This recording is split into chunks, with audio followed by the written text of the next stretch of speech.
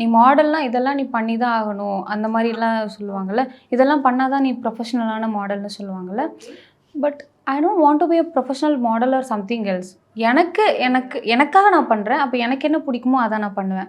எனக்கு எதெல்லாம் கம்ஃபர்டபுளாக இருக்கோ அதான் நான் பண்ணுவேன். லைக் ரொம்ப என் ப்ரொஃபைல் பார்த்தீங்கன்னா உங்களுக்கு தெரியும்னு நினைக்கிறேன். அந்தளவுக்கு பெருசாக ஒன்றுமே இருக்காது. அந்த சாரீ சொன்னீங்கல்ல, அது வந்து நார்மலாக ஒரு சில்க் சாரீ.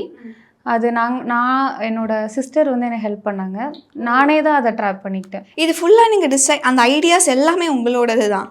ஓ, இது நான் வந்துட்டு இவங்க சொன்னாங்க, இந்தியாவை ரெப்ரசன்ட் பண்ணுறீங்க, ஸோ வந்து ராஜஸ்தான் அந்த மாதிரி ஏதாவது ரெப்ரசன்ட் பண்ணுங்கள், அதெல்லாம் ரொம்ப லேவிஷாக இருக்கும், அங்கே இருக்கிற அரண்மனைலாம் ரொம்ப லேவிஷாக இருக்கும், ராணி பத்மாவதி அந்த மாதிரி ரொம்ப அப்படியே ஐ கேட்சியாக ஏதாவது பண்ணணும், சவுத் இந்தியாவில் பெருசாக ஒன்றும் அந்த மாதிரி இல்லை, அந்த மாதிரிலாம் சொன்னாங்க. ஸோ எனக்கு வந்துட்டு இல்லை, லைக் எவ்ரி டைம் வேறு பேஜன்ட்ரிக்கு ஏதாவது போகும்போது நிறையா போகிற அந்த பெண்கள் எல்லாம் பார்த்தீங்கன்னா நார்த் இந்தியாவிலேருந்து தான் போவாங்க.